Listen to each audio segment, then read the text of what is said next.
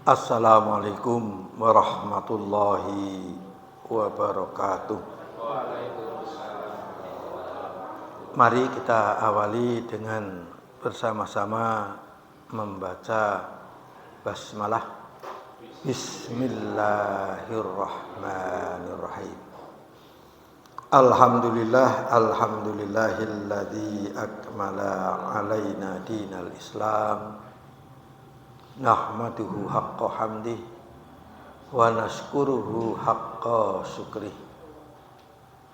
Asyhadu an la ilaha illallah wahdahu la syarikalah wa asyhadu anna Muhammadan abduhu wa rasuluh. Allahumma shalli wa sallim ala hadan nabiyil karim Muhammadin wa ala alihi wa sahbihi ajma'in. Amma ba'd. A'udzu billahi minasy syaithanir rajim. Bismillahirrahmanirrahim. Tabarakalladzi biyadihil mulku wa huwa ala kulli syai'in qadir. Alladzi khalaqal mauta wal hayata liyabluwakum ayyukum ahsanu amala wa huwal azizul ghafur.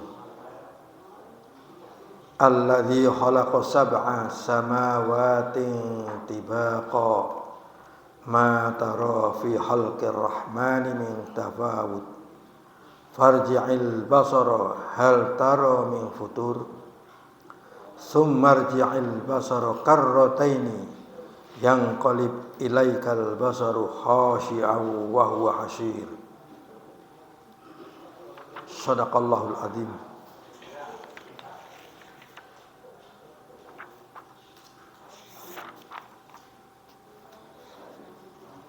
Alhamdulillah, puji syukur kami panjatkan kehadirat Allah Subhanahu wa ta'ala.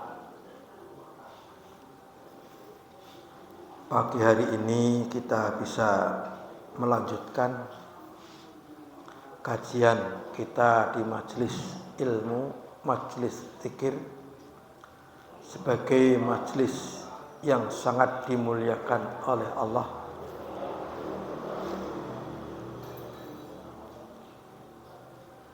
Sebagai majelis ilmu, majelis zikir, bentuk kemuliaannya adalah para malaikat yang ditugaskan khusus untuk menghadiri majelis zikir ini memohonkan maaf, memintakan ampun kepada Allah dari dosa-dosa kita.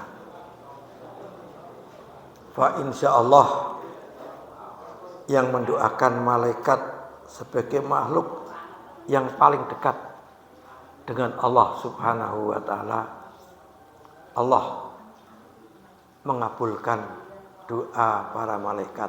Amin. Allahumma amin. Selanjutnya kami ucapkan selamat kepada para bapak, ibu, saudara sekalian yang kemarin pada saat Idul Adha telah mau memenuhi panggilan Allah Subhanahu wa ta'ala, yakni untuk berkurban sebagai bentuk cinta kita kepada Allah, wujud cinta kita kepada Allah, berani mengorbankan sebagian harta yang merupakan rizki dari Allah Subhanahu wa ta'ala, dalam rangka kita mendekatkan diri kepada Allah Subhanahu wa ta'ala. Mudah-mudahan semua ibadah kurban kita Allah terima dan Allah balas dengan balasan pahala yang sangat luar biasa banyaknya, sebagaimana yang telah dijanjikan oleh Allah lewat Rasulullah Shallallahu Alaihi Wasallam dari hewan kurban, bulu-bulunya, tanduk-tanduknya, kuku-kukunya, sampai darah, apalagi daging-dagingnya. Itu semua dihitung oleh Allah sebagai bentuk cinta kita kepada Allah. Penghormatan Allah terhadap hewan kurban sangat luar biasa, apalagi yang berkurban. Semoga tahun depan Allah memberikan kemampuan dan kemauan kepada hamba-hamba Allah yang tahun kemarin belum sempat untuk berkorban. Oleh sebab itu, mulai awal tahun ini kita sudah berniat, ya Allah, berikanlah kami kemampuan untuk berkorban tahun depan, ya Allah. Karena itu sebagai bentuk channel, ya, bentuk channel kita terhadap doa Rasulullah Shallallahu Alaihi Wasallam di saat beliau berkorban dengan 1 ekor kambing. Hadza anni wa an lam yudhi min ummati. Ini hewan sembelihan korban dariku dan dari umatku yang belum bisa berkorban. Itu doa Rasulullah buat kita semuanya. Makanya kita pasang niat kita agar doa itu connect dengan diri kita. Dan Allah Maha Kaya. Pasti kita akan mampu. Karena kita punya yang kita cintai adalah Allah Subhanahu wa ta'ala. Shalawat dan salam senantiasa tercurahkan kepada Nabi Agung kita Muhammad Sallallahu Alaihi Wasallam, yang lewat beliau kita sama-sama mengikuti jejak langkah dan apa semua yang dicontohkan oleh Rasulullah dalam beribadah mahdoh maupun ibadah muamalah duniawiyah, sehingga kita bisa menggapai kehidupan yang hasanah fid dunya wa hasanah fil akhirah. Amin Allahumma amin. Kita akan melanjutkan surat Tabarak atau Al-Mulk. Kita sudah masuk pada ayat yang ketiga sampai dengan 4.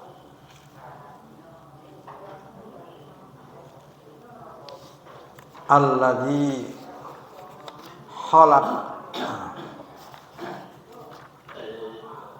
khalaqa sab'a samawatin tibaqa ma tara fi khalqir rahmani min tafawut farji'il basara hal tara min futur summarji'il basara karrataini yanqalib ilaikal basaru khashi'aw wa huwa hasir. Ini perintah, bahkan merupakan tantangan dari Allah terhadap makhluk yang namanya manusia, apapun agamanya, mendapatkan panggilan dari Allah dan tantangan Allah. Untuk apa? Untuk mengetahui bahwa yang telah menciptakan 7 langit berlapis-lapis siapa? Ar-Rahman. Allah yang kasih sayangnya senantiasa melimpah dan melimputi seluruh alam semesta. Langit yang bagaimana? Langit yang berlapis-lapis. Engkau tidak akan melihat pada ciptaan Ar-Rahman sedikitpun ketidakseimbangan. Maka ulangilah pandangan itu. Adakah engkau melihat sedikitpun keretakan? Kemudian ulangilah pandangan itu 2 kali. Niscaya akan kembali kepadamu pandangan itu kecewa dan ia menjadi lelah. Ini Allah menunjukkan kemahakekuasaannya setelah menciptakan alladzi khalaqal mauta wal hayata liyabluwakum ahsanu amala. Setelah Allah menunjukkan kekuasaannya apa?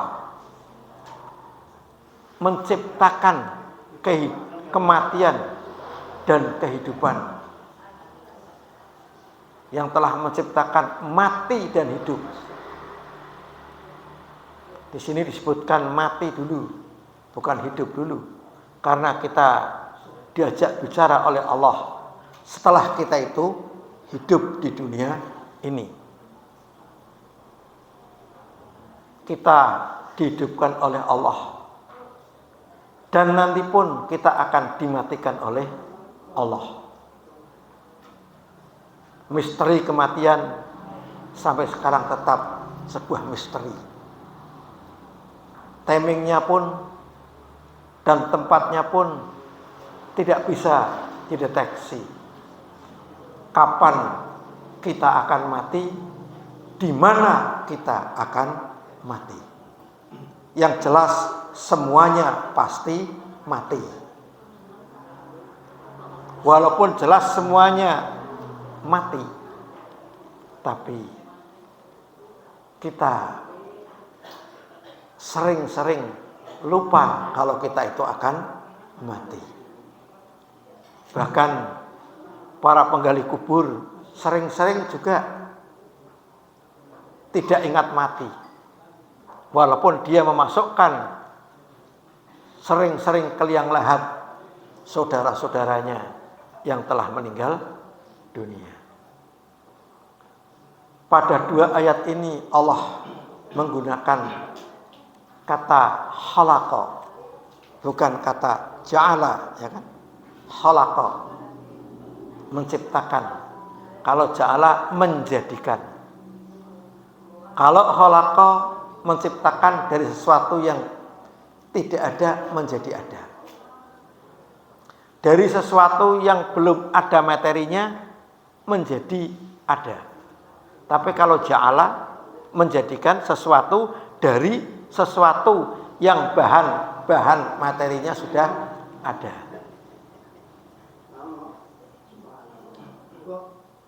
Termasuk di dalamnya adalah kematian, juga kehidupan.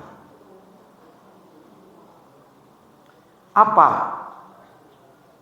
rahasia Allah menampilkan kita dihidupkan, kita diciptakan oleh Allah kehidupan, kemudian kita diciptakan oleh Allah kematian? Tujuan paling utama adalah liyabluwakum ayyukum ahsanu amala, untuk menguji dan memberi balasan siapa di antara hamba-hambanya yang ahsanuhu amala, yang paling terbaik amal solihnya, amal ibadahnya, yang terbaik, ya, bukan terbanyak. Ya, mungkin kita sholat malam bisa mencapai 13 rakaat, 11 rakaat. Mungkin ada orang yang melaksanakan sholat malam cuma 2 rakaat, kemudian witir 1. Berarti berapa itu? Jumlahnya 5 rakaat kan? Tapi yang 2 rakaat 1 itu ahsan amala. Tingkat kualitas sholatnya itu sangat luar biasa. Yang banyak kadang-kadang hanya jumlah bilangannya, tapi kualitasnya kurang baik. Nah, makanya di sini tekankan, dalam kita beribadah, dalam kita beramal adalah amal yang terbaik. Yang terbaik. Kualitas amal kita, bukan kuantitas amal kita. Berapapun uang kita yang kita masukkan ke dalam tong infak misalnya, ya. Ahsanuhum amalan. Niatkan untuk yang berkualitas terbaik. Ini memberikan kesempatan kepada semua lapisan. Kalau yang dinilai yang terbanyak, maka yang tidak mampu, kasihan dong. Allah Maha Adil, ya. Allah Maha Adil. Makanya yang Allah rizkinya memberikan kepada hambanya sedikit, tapi masih tetap mau berinfak, mau beramal soleh, dengan kualitas amal soleh yang sangat luar biasa, maka Allah memberikan penilaian yang sangat baik. Akan lebih baik lagi jika kuantitasnya banyak, kemudian kualitasnya hebat. Nah, itu luar biasa. Itu merupakan fadilah yang Allah anugerahkan kepada hamba-hambanya yang dipilih oleh Allah semacam itu. Dulu pernah kami sampaikan, para sahabat Mary di dalam hal ibadah dengan orang kaya. Orang kaya bisa sholat, tapi bisa bersedekah, berinfak, berzakat dengan hartanya. Wadul sama Rasulullah, lah saya kami ini ya Rasulullah sebagai kelompok muhajirin yang ahlus sufah, kelompok yang hidupnya cuma di masjid, dari orang-orang yang hijrah meninggalkan seluruh harta kekayaannya sampai di Madinah tidak punya apa-apa. Aku marry ya Rasulullah dengan saudara-saudara muslim kita yang di Madinah gitu kan, yang kaya-kaya. Bagaimana ya Rasulullah agar kami ini tidak kalah dengan mereka? Coba Rasulullah memberikan jawaban yang sederhana. Coba kamu amalkan zikir subhanallah, alhamdulillah, Allahu Akbar setiap kalian sholat 33, kemudian tutup la ilaha illallah wahdahu la syarikalah lahul mulku wa lahul hamdu wa huwa ala kulli syai'in qadir. Kamu tidak akan kalah dengan orang-orang yang kaya. Setelah diamalkan, orang-orang kaya pun ikut mengamalkan ajarannya orang-orang miskin itu.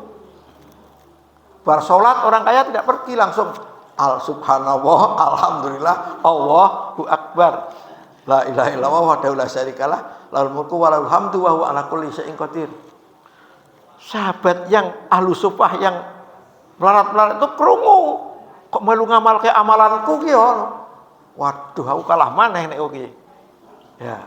Wadul malah sama Rasulullah. Ya Rasulullah, mereka orang-orang yang kaya melaksanakan juga, mengamalkan juga ajaran kamu ya Rasulullah, seperti yang kita amalkan. Kalau gitu ya kita kalah lagi dong. Nah, Rasulullah jawab, wis ora sah meri. Itu hak prerogatif Allah Subhanahu wa taala. Memang betul.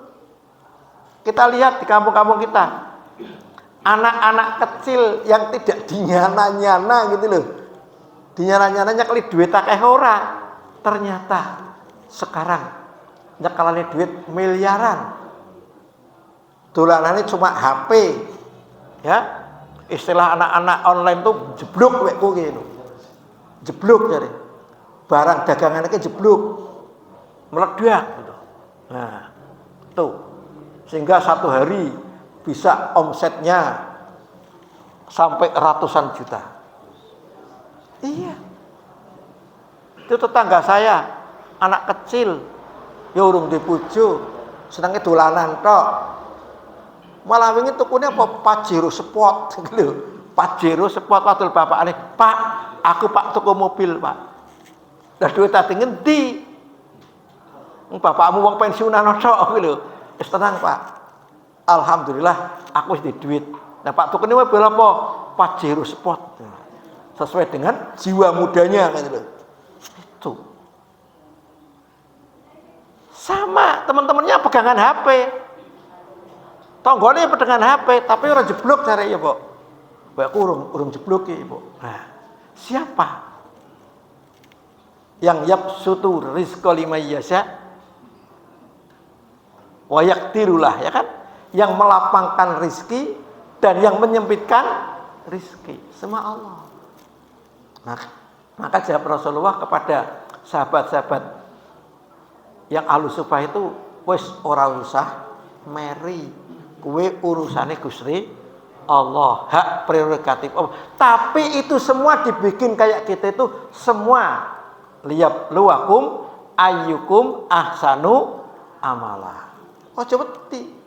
Kabeh diwenehi kehidupan yang plus, ada yang kehidupan yang minus. Itu semua merupakan ujian, cobaan dari Allah Subhanahu wa ta'ala atau seleksi. Siapa di antara kita yang terbaik amalnya? Ini. Itu toh.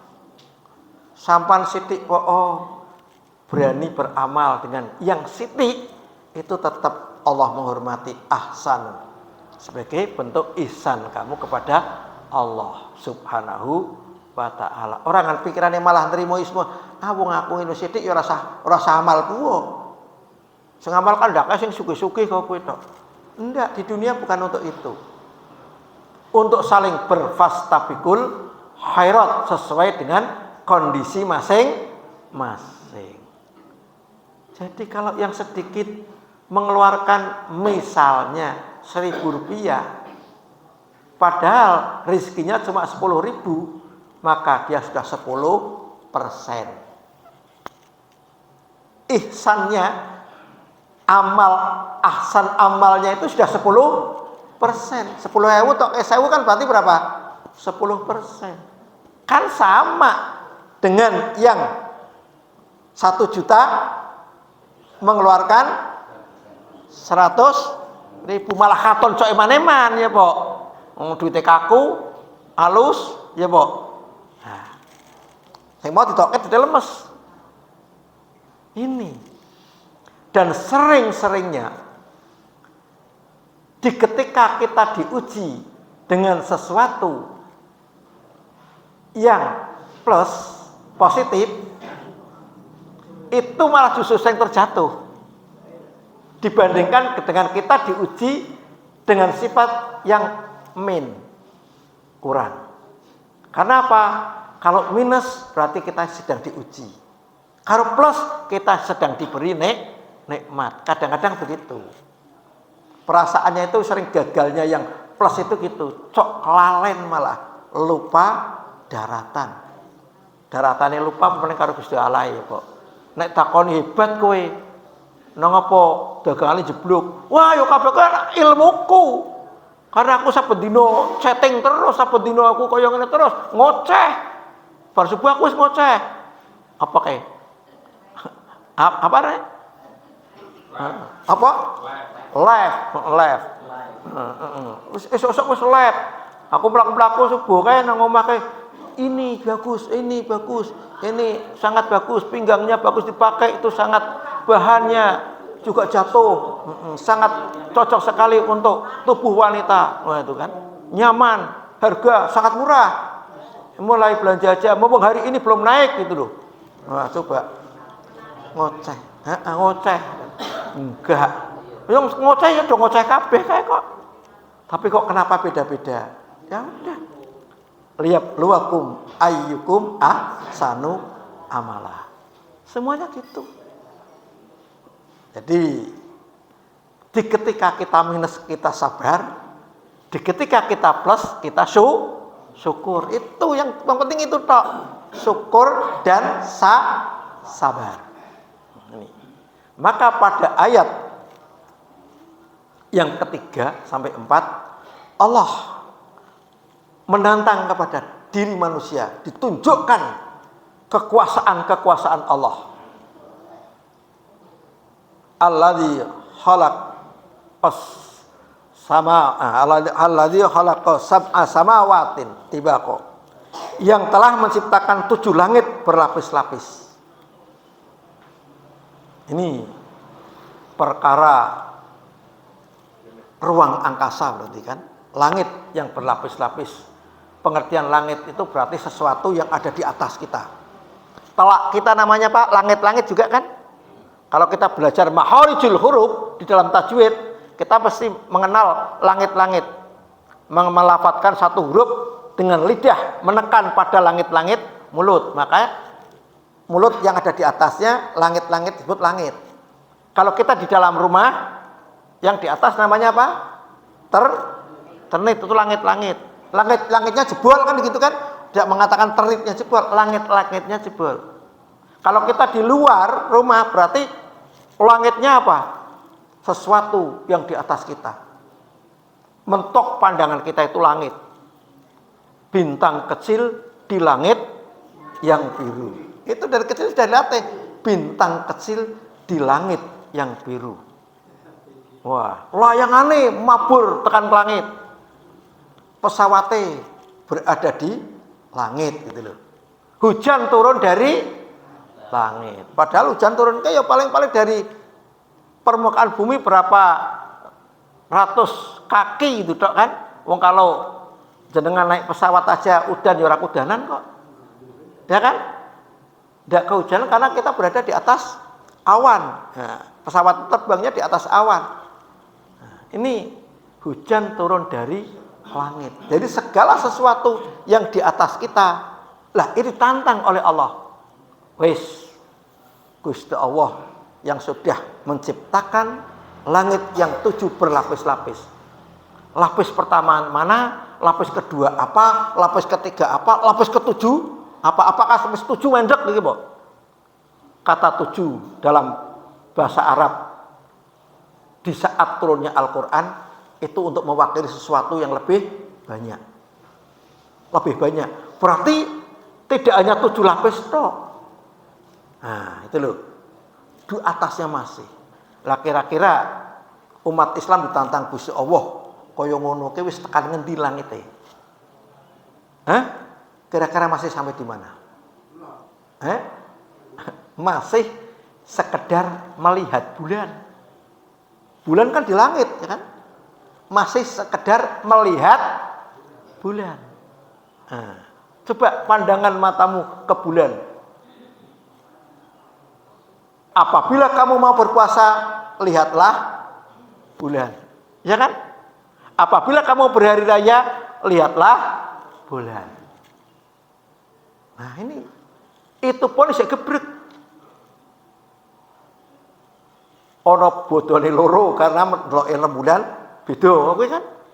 Ini belum ada kesepakatan. Hanya melihat benda yang terdekat dengan bumi yang kita pijak ini, langit.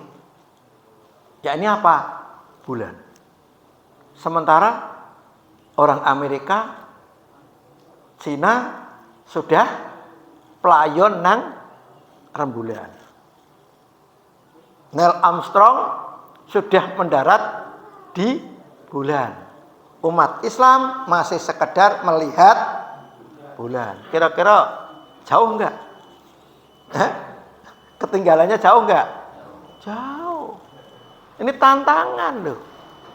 Karena hanya cuma melihat. Kata melihat itu kan macam-macam itu loh. Melihat yang di sini itu kesuruh ikra, bacalah rembulan. Pelajari, teliti. Bahkan sampai di dalam satu ayat ada yang menantang Allah lebih ngeri lagi kepada manusia. Ya ma'syaral jinni wal ins, ya kan?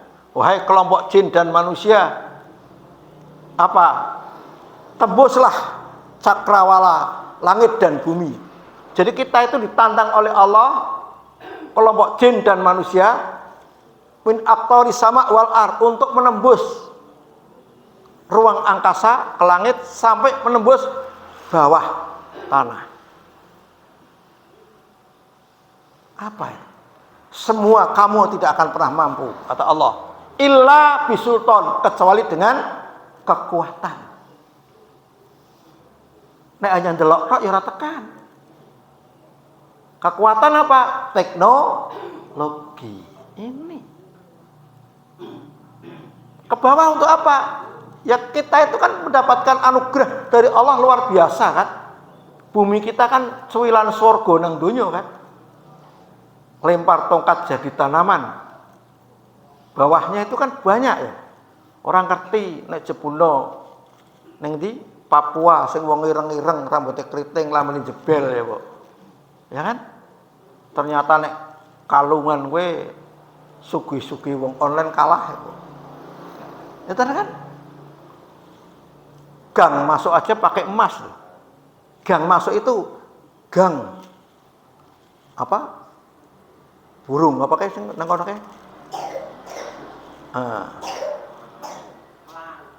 Burung elang atau burung yang buntutnya api kira. Nah, itu kan. Itu pakai emas itu. Koteka aja pakai emas. Sing pakai wong ngono kan anggone emas. Koteka. Itu kalau mampu orang Papua mengeksploiter alam yang di bawahnya. Ternyata yang mampu siapa? PT Freeport, wong Amerika. Lah akhirnya apa? Bukan main. Sekarang menjadi danau. Emasnya sudah diambil, tinggal danaunya tok. Nah berarti kan danau kena kaya gunung emas itu berarti kan sing ketok sithik sing nang dhuwur permukaan bumi kan, tapi sing ngisor luas sekali. Coba sering di apa itu YouTube kan lihat. Hah? Ditambang sekarang tuh sampai jegongan kayak gitu. Wah, kedua alam terus. Berapa ton emas? Ayo coba berapa ton emas? Ya karena kita tidak punya sultan, akhirnya ya kita dibodohi tok kan. Hanya mendapatkan dulu berapa? Sepertiga atau berapa? Kalau sekarang sudah mulai 50 ya. 50%. Tapi kan wis garis sithik. Sentek. Padahal PT Freeport itu aslinya bukan ahli tambangan emas. Hanya orang tambang apa itu? Belerang aslinya. Nah, cuma karena keberanian dan kemampuannya. Nah orang-orang penduduk Morowalinya kayak apa? Papuanya hanya biasa bisa begitu kok. Hanya berburu, mau panah, karena tidak punya teknologi. Ngertinya tanahnya tanah gersang, padahal dalamnya kandungan emasnya bukan main. Belum. Sekarang mobil listrik, ya, yang bahan bakunya untuk baterainya aja di Indonesia paling besar. Disuruh min aktori sama watar, tembuslah cakrawala langit dan cakrawala bumi. Sudah ditantang oleh Allah, kowe kabeh orang mungkin mampu kecuali, berarti ada pengecualian. Bukan orang mampu kabeh, tetap ada yang mampu.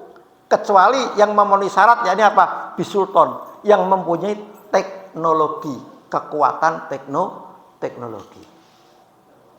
Nah, makanya kalau kemudian Muhammadiyah gerakan pertama adalah gerakan pencerahan dalam dunia pendidikan, itu tujuannya lari ke sana untuk mewujudkan tantangan Allah di dalam Al-Quran. Maka bikin SD atau PAUD, TK, SD, SMP, SMA, perguruan tinggi, itu tujuannya untuk ke sana. Ini masih proses. Ya mungkin akan sampai nanti pada 3 dekade generasi. Itu sudah lama. Di dunia barat pun terkait dengan langit aja geger biyen antara pihak gereja dan pihak ilmu pengetahuan. Galileo dan Kopernikus ya. Galileo dan Kopernikus. Kopernikus yang mewakili pihak gereja mengatakan matahari mengelilingi bumi. Karena esuk nang wetan, awan nang tengah, sore nang kulon. Berarti sing keluyuran sapa? Nah, inilah pandangan mata, kelemahan pandangan mata di situ. Ya Pak Dewi ya terbit matahari dari timur, tenggelam nanti di barat. Itu kan mata. Tapi ternyata kemudian Galileo menyatakan lain dengan akal, yang kekuatan akal lebih mampu daripada kemampuan mata. Hidayatul akal lebih hebat daripada hidayatul basor, mata. Maka jangan heran kalau kemudian Muhammadiyah dalam melihat bulan dengan cara melihat bayi akal, bukan bayi ain, ya kan? Ya tetap melihat. Sumuli ru'yati, Muhammadiyah ru'yat. Ru'yahnya pakai apa? Pakai akal. Bukan ru'yah pakai mata. Nah, pakai mata angel. Rembulannya paling betul sak jeleretan tok cilik. Dan itu dalam hitungan detik, malah kan stiloto. Pormone nang alam kita itu alam yang banyak mengandung uap air. Awannya itu sering muncul di Arab Saudi, po. Nah, makanya kemudian Muhammadiyah menggunakan hisab, ilmu hitung, ya kan? Akurat sekali. Kalau Muhammadiyah membuat satu pengumuman besok ada gerhana matahari atau gerhana bulan, berarti kan melihat bulan kan? Bahwa bulan tanggal sekian akan terjadi mulai gerhana dan akan proses sampai sekian menit dan akan berakhir pada hitungan menit sekian. Pas enggak? Pas. Itu melihat dengan kekuatan akal. Kalau melihat dengan kekuatan mata, itu kekuatan yang paling dasar. Ya dimaklumi aja. Itu semua dimaklumi saja. Ya, alhamdulillah kita melampaui batasan yang lebih tinggi.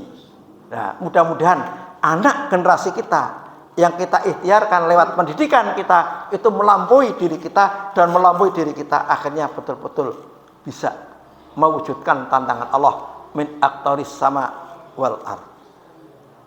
Ini Allah bicara tentang langit, menciptakan langit yang 7 berlapis-lapis. Coba. Makanya Allah yang nanti akan diberikan untuk membawa risalah Islam Nabi Muhammad palang plesir kedise dengan Isra Mi'raj. Itu loh.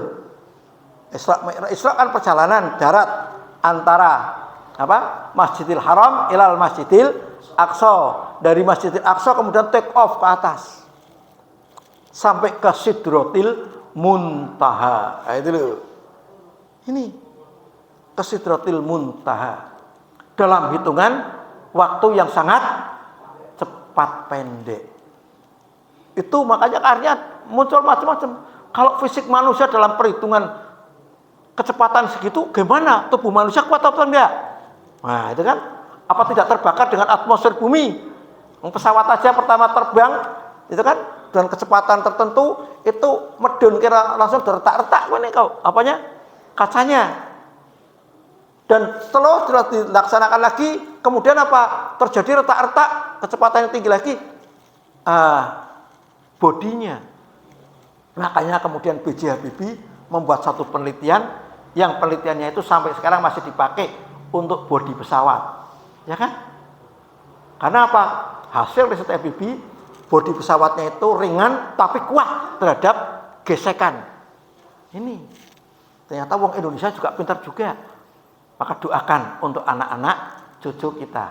Jadi simbah-simbah sing duwe anak diputu ojo kelalen ndongokke anake ben pinter. Itu loh. Ben bisa mewujudkan surat Al-Mulk, ya kan? Alladzi khalaqas sab'a samawatin tibaqa. Bahkan apa tantangan ini masih berlanjut. Ma tara fi khalqir rahman. Ya kan? Min tafawut. Adakah ciptaan Allah yang tidak seimbang? Semua itu seimbang. Semua itu harmonis. Semua pasang-pasangan itu semua itu Allah ciptakan. Yang tadinya tidak ada menjadi ada. Ini menunjukkan apa? Agar manusia setelah memahami ayat ini bertambah imannya karena melihat kekuasaan Allah yang sangat luar biasa, sehingga terekspresi dalam dirinya. Kalau sholat mengawali dengan ungkapan Allahu Akbar, hanya Engkau ya Allah yang maha besar, yang maha agung. Selainnya itu kecil. Selain itu kecil semua. Wes manusia ndoro pak nyatet sampean kabeh. Misale gitu loh. Kalau sama sudah Allahu Akbar, kecil. Tidak akan pernah mampu. Kalau sudah mendapatkan backing Allah Subhanahu wa ta'ala. Ditunjukkan oleh Allah kepada Nabi Muhammad sallallahu alaihi wasallam. Ya. Baik, kita lanjutkan dalam kajian-kajian selanjutnya karena sudah jam 6 pagi, mungkin banyak aktivitas kegiatan dari para jamaah yang harus kita mulai dan kita laksanakan, dan mari kita akhiri dengan doa kafaratul majlis. Bismillahirrahmanirrahim. Subhanakallahumma wa bihamdika asyhadu an la ilaha illa anta astaghfiruka wa atubu ilaik. Matur nuwun. Wassalamualaikum warahmatullahi wabarakatuh.